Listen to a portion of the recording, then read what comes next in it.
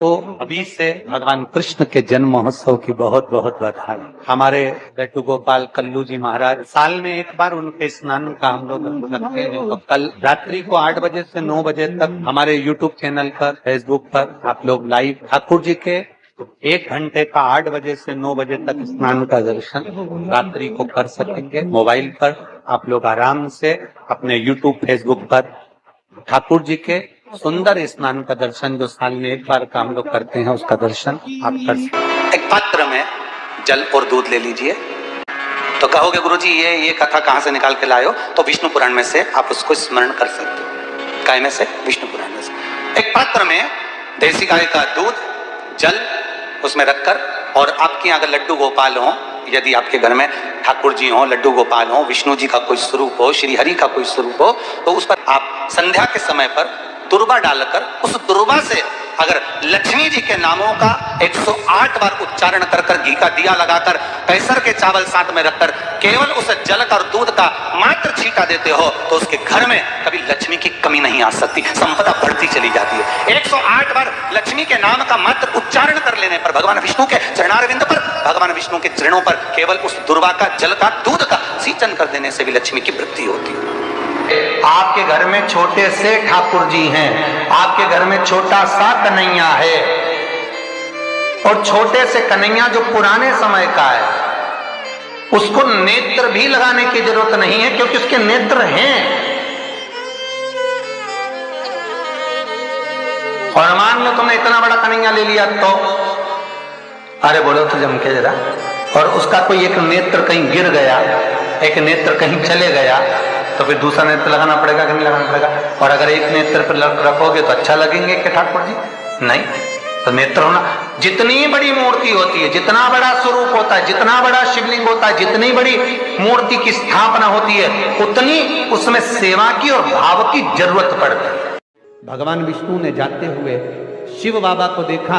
शंकर भगवान से, भगवान नारायण ने कहा आप कुछ कहेंगे नहीं? भगवान शंकर कहते हैं नारायण चिंता मत करो, ये बद्रिकाश्रम में जो आएगा चने की दाल चढ़ा कर जाएगा, चने की दाल को मंदिर के पीछे बैठकर ओम नमः शिवाय बोलकर जो नारायण को समर्पित करेगा, उसके मनवांचित फल को मैं 3 महीने में पूरा कर दूंगा, उसके मन की कामना को मैं 3 माह में पूर्ण कर दूंगा। आज भी नियम है, चने की दाल को लेकर जाते हैं, बद्रिकाश्रम के मंदिर के पीछे बैठकर चने की दाल को लेकर ओम नमः शिवाय का जाप करते हैं। 7 बार ओम नमः शिवाय बोलकर चने की दाल वापस घूमकर भगवान विष्णु को समर्पित करी जाती है, तो 3 महीने में मनोकामना पूरी हो जाती है। भगवान की मूर्ति जितनी छोटी होगी उतना सुख देती है, जितनी बड़ी हो जाएगी उतने लाड़ की जरूरत पड़ जाएगी, उतने लाड़ की जरूरत।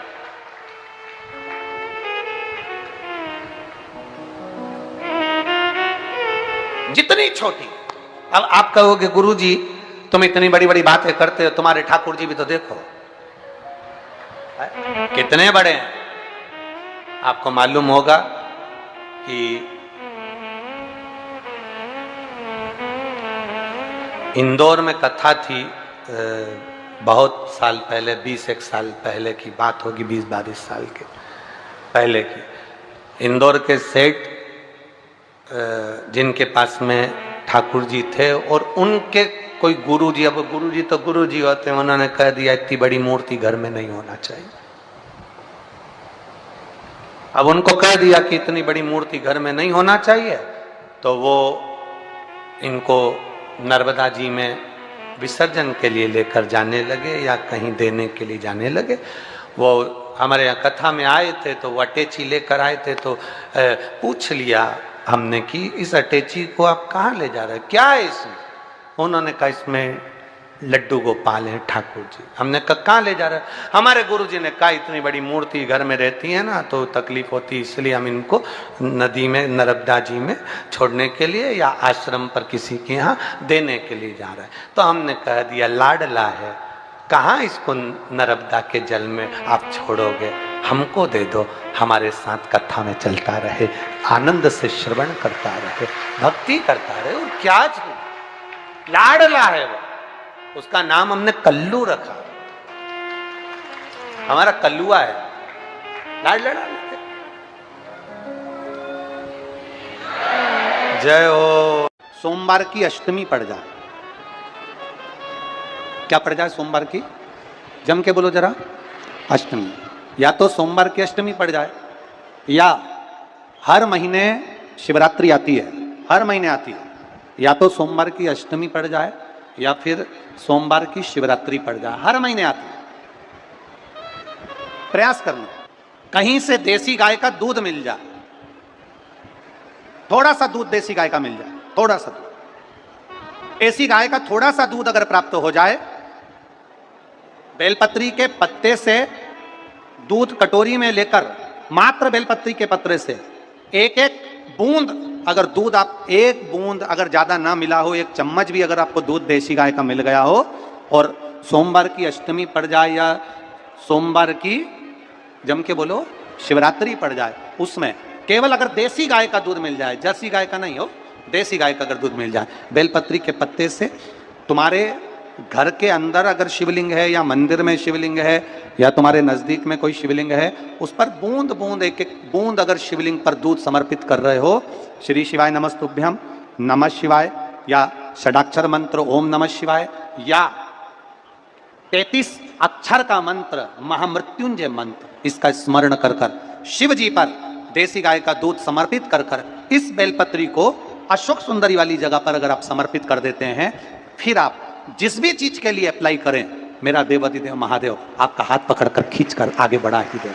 मेहनत करना, कर्म पूरा करना, पढ़ाई अच्छी करना, और पढ़ाई के साथ में विद्या अध्ययन करने के साथ में अच्छी मेहनत के साथ में देसी गाय का दूध भगवान शंकर को समर्पित करना, भगवान शंकर को समर्पित करना, देसी गाय का दूध धीरे धीरे धीरे धीरे समर्पित करें, भावों के साथ आप समर्पित करें। देसी गाय का दूध एक एक बूंद समर्पित करें, धीरे धीरे समर्पित करें। और देसी गाय का दूध जब धीरे धीरे समर्पित करें, बड़े रास्ते से, आनंद से धीरे धीरे जब आप समर्पित करेंगे, बेलपत्री वही दूध में सनी हुई बेलपत्र अशोक सुंदरी वाली जगह पर, उस समय पर डंडी का भाग शिवलिंग की ओर नहीं होना चाहिए, उस समय पर डंडी का भाग जहां से पानी बहकर जाता है अशोक सुंदरी की ओर से, वहां पर होना चाहिए। कार्य में सफलता मिलती ही है। शिव तत्व को धारण करें। सोमवार की अष्टमी का मतलब आपको इंदौर की कथा में बताया था, जिस दिन शंकर और पार्वती के मिलन का दिवस हो, और केवल एक माता पार्वती के अकेले मिलन का नहीं, 64 योगनियां तक भगवान शंकर से मिलने के लिए आती है। पीला चंदन लगा लेना, कितना लगाना है?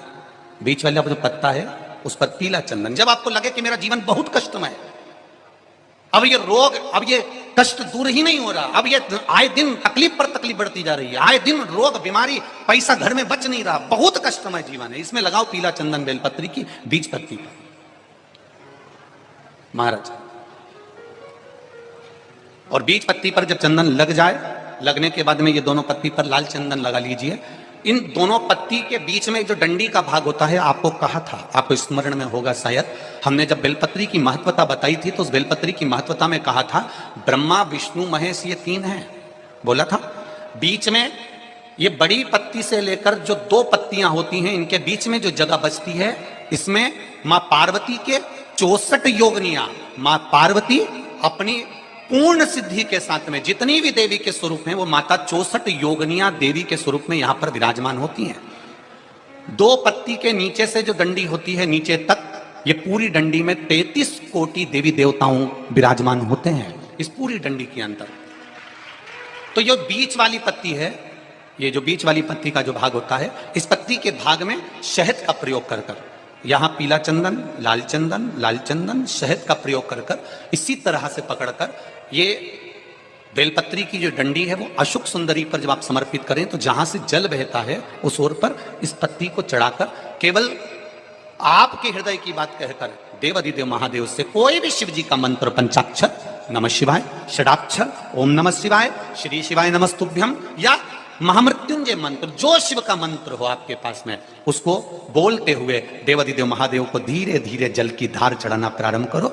जल की धार जब पूर्ण होने लगे, उसमें थोड़ा जल बचे, तब अशोक सुंदरी पर जो तुमने बेलपत्र चढ़ाई है वहां उस जलधार को चढ़ा। ये प्रयोग आपको केवल सोमवार की अष्टमी पढ़ने पर ही करना है। कौन से दिन करेंगे? जम के बोलिए जरा। सोमवार की अष्टमी पढ़ने पर यह प्रयोग करें, और जल चढ़ाकर बाबा से विनती कर कर उसी बेलपत्र को वापस उठाकर कहीं जलाशय में या किसी पेड़ के नीचे विसर्जन कर दें और 1 लोटा जल वहां भी चढ़ा दें। बस निवेदन कर कर आ जाइए, मेरा बाबा 3 माह के अंदर हाथ जरूर पकड़ेगा और आपको दलदल से बाहर निकाल देगा। हमें बताया था जिस दिन शंकर और पार्वती के मिलन का दिवस हो, और केवल एक माता पार्वती के अकेले मिलन का नहीं, 64 योगनियां तक भगवान शंकर से मिलने के लिए आती है। पीला चंदन लगा देना। कितना लगाना है? बीच वाला जो पत्ता है उस पर पीला चंदन। जब आपको लगे कि मेरा जीवन बहुत कष्टमय है, अब ये रोग, अब ये कष्ट दूर ही नहीं हो रहा, अब ये आए दिन तकलीफ पर तकलीफ बढ़ती जा रही है, आए दिन रोग बीमारी, पैसा घर में बच नहीं रहा, बहुत कष्टमय जीवन है, इसमें लगाओ पीला चंदन बेलपत्री की बीज कलगी महाराज। और बीज पत्ती पर जब चंदन लग जाए, लगने के बाद में ये दोनों पत्ती पर लाल चंदन लगा लीजिए। इन दोनों पत्ती के बीच में जो डंडी का भाग होता है, आपको कहा था, आपको स्मरण में होगा शायद, हमने जब बेलपत्री की महत्वता बताई थी तो उस बेलपत्री की महत्वता में कहा था ब्रह्मा विष्णु महेश ये 3 हैं, बोला था। बीच में ये बड़ी पत्ती से लेकर जो 2 पत्तियां होती हैं, इनके बीच में जो जगह बचती है, इसमें माँ पार्वती के 64 योगनियां, माँ पार्वती अपनी पूर्ण सिद्धि के साथ में जितनी भी देवी के स्वरूप में, वो माता 64 योगनियां देवी के स्वरूप में यहाँ पर विराजमान होती हैं। 2 पत्ती के नीचे से जो डंडी होती है नीचे तक, ये पूरी डंडी में 33 कोटि देवी देवताओं विराजमान होते हैं इस पूरी डंडी के अंदर। तो ये बीच वाली पत्ती है, ये जो बीच वाली पत्ती का जो भाग होता है, इस पत्ती के भाग में शहद का प्रयोग कर यहाँ पीला चंदन, लाल चंदन, शहद का प्रयोग कर इसी तरह से पकड़कर ये बेलपत्री की जो डंडी है वो अशुक सुंदरी पर जब आप समर्पित करें तो जहां से जल बहता है उस ओर पर इस पत्ती को चढ़ाकर केवल आपके हृदय की बात कहकर देवाधिदेव महादेव से कोई भी शिव जी का मंत्र, पंचाक्षर, नमः शिवाय, षडाक्षर, ओम नमः शिवाय, श्री शिवाय नमस्तुभ्यम, या महामृत्युंजय मंत्र, जो शिव का मंत्र हो आपके पास में, उसको बोलते हुए देवाधिदेव महादेव को धीरे धीरे जल की धार चढ़ाना प्रारंभ करो। जल की धार जब पूर्ण होने लगे, उसमें थोड़ा जल बचे, तब अशोक सुंदरी पर जो तुमने बेलपत्र चढ़ाई है वहां उस जलधार को चढ़ा। ये प्रयोग आपको केवल सोमवार की अष्टमी पढ़ने पर ही करना है। कौन से दिन करेंगे? जम के बोलिए जरा। सोमवार की अष्टमी पढ़ने पर यह प्रयोग करें और जल चढ़ाकर बाबा से विनती कर उसी बेलपत्र को वापस उठाकर कहीं जलाशय में या किसी पेड़ के नीचे विसर्जन कर दें और 1 लोटा जल वहां भी चढ़ा दें। बस निवेदन कर कर आ जाइए, मेरा बाबा 3 माह के अंदर हाथ जरूर पकड़ेगा और आपको दलदल से बाहर निकालेगा। काया के रोग से